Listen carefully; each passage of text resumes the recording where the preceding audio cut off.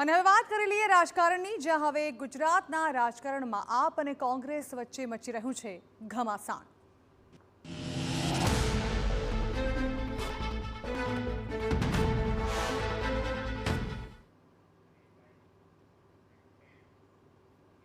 બે 2027ના ચૂંટણી મહાસંગ્રામને હજુ પણ સમય હોય, પરંતુ રાજકીય પાર્ટીઓએ અત્યારથી જ માહોલ બનાવવાની શરૂઆત કરી દીધી છે। ભાજપને કોણ ટક્કર આપશે, આમ આદમી પાર્ટી કે પછી કોંગ્રેસ? આ લડાઈને કારણે હાલ કોંગ્રેસ અને આમ આદમી પાર્ટીના નેતાઓ વચ્ચે જોવા મળી રહ્યું છે ભીષણ ઘમાસાણ।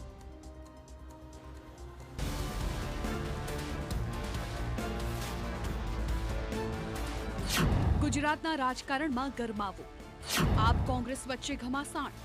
ગોપાલ ઇટાલિયા આપને કરી શકશે સાફ। જેમ જેમ ગરમીનો પારો વધી રહ્યો છે તેમ તેમ ગુજરાતના રાજકારણમાં ગરમાવો વધી રહ્યો છે। ખાસ કરીને આમ આદમી પાર્ટીમાં આંતરિક વિવાદ અને રાજીનામાનો દોર વચ્ચે અમરેલી જિલ્લા કોંગ્રેસના નેતા પ્રતાપ દુધાતે આકરા પ્રહારો કર્યા। તેમણે આપમાંથી રાજુ કરપડાના રાજીનામા બાદ ઈશુદાન ગઢવી અને ગોપાલ ઇટાલિયાના ભવિષ્ય અંગે ચોંકાવનારા નિવેદનો આપ્યા છે। કોંગ્રેસના નેતા પ્રતાપ દુધાતે આમ આદમી પાર્ટીના ધારાસભ્ય ગોપાલ ઇટાલિયા પર નિશાન સાધતા કહ્યું કે ગોપાલ ઇટાલિયા આમ આદમી પાર્ટીને સંપૂર્ણપણે મુક્ત કરી પોતે પણ ઝાડુ મારીને ભારતીય જનતા પાર્ટીમાં જોડાવાના છે। જનતાએ હવે આ રાજકીય ખેલ સમજવાની જરૂર છે।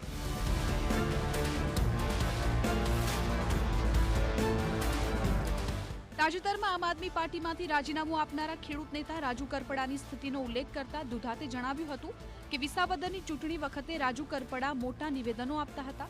આજે તેમની હાલત શું છે તે સૌ કોઈ જોઈ રહ્યા છે। વર્તમાન રાજકીય પરિસ્થિતિ જોતા હવે ઈશુદાન ગઢવીના પણ આ જ હાલ થવાના છે। ટૂંક સમયમાં ઈશુદાન ગઢવીનો રાજકીય ભોગ લેવાશે તેવી ભીતિ પણ તેમણે વ્યક્ત કરી હતી। કે જે રાજુભાઈ કરપડાના હાલ થયા છે, વિસાવદરની ઇલેક્શન વખતે રાજુભાઈ મજા આવે એવા નિવેદન કરતા હતા, પણ વર્તમાન રાજકીય પરિસ્થિતિ જોતા ઈશુદાનભાઈના પણ હાલ થવાના છે।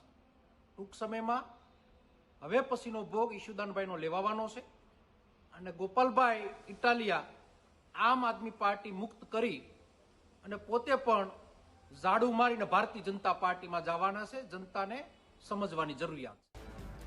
મહત્વનું છે કે સુરેન્દ્રનગર જિલ્લાના મૂળી તાલુકાના જાણીતા અને ખેડૂત નેતા રાજુ કરપડાએ પક્ષમાંથી આપમાંથી રાજીનામું આપી દીધું હતું। રાજીનામા બાદ યોજાયેલી પત્રકાર પરિષદમાં તેમણે પોતાની વ્યથા ઠાલવતા પક્ષના નેતાઓ પર ગંભીર આક્ષેપો કર્યા હતા। આપ પર ગંભીર આક્ષેપ કરતા તેમણે કહ્યું કે હું જેલ બહાર ન આવું તેવી કેટલાક નેતાઓની માનસિકતા હતી। પ્રદેશના કેટલાક નેતાઓએ મને ફસાવવાનો પ્રયાસ કર્યો હતો। જેલવાસ દરમિયાન પાર્ટી એક સારા વકીલની વ્યવસ્થા પણ કરી શકી નહોતી અને જેલમાં ખેડૂતોને કાનૂની મદદ મળી નહોતી। આ સનસનીખેજ આરોપ બાદ હવે કોંગ્રેસે આમ આદમી પાર્ટી સામે મોરચો ખોલી દીધો છે। જોકે પ્રતાપ દુધાતના નિવેદન સામે ઈશુદાન ગઢવીનો પલટવાર છે। કોંગ્રેસ પહેલાથી જ સમાપ્ત થઈ ગઈ છે। કોંગ્રેસના નેતાઓની નાવડી ડૂબી રહી છે, તેમાંથી નીકળી જાય છે। કોંગ્રેસના લોકોએ ખેડૂતો પર અત્યાચાર કર્યા છે। અમે ખેડૂતોનો અવાજ બન્યા એટલે અમારા પર કરે છે ખોટા આક્ષેપ। કોંગ્રેસ ઓલરેડી પતી ચૂકી છે। કોંગ્રેસના નેતાઓને પણ મારી વિનંતી છે કે વહેલા તકે નાવડી તમારી ડૂબી ગઈ છે, નાવડીમાંથી નીકળી જજો, નહીં તો પછી 2027માં ક્યાંય ઠેકાણું નહીં પડે ને। 2027માં આમ આદમી પાર્ટી ખેડૂતોની પાર્ટી, ગરીબો, વંચિતોની, શોષિતોની પાર્ટી। અમે તો માત્ર ને માત્ર વ્યવસ્થામાં બેઠા છીએ।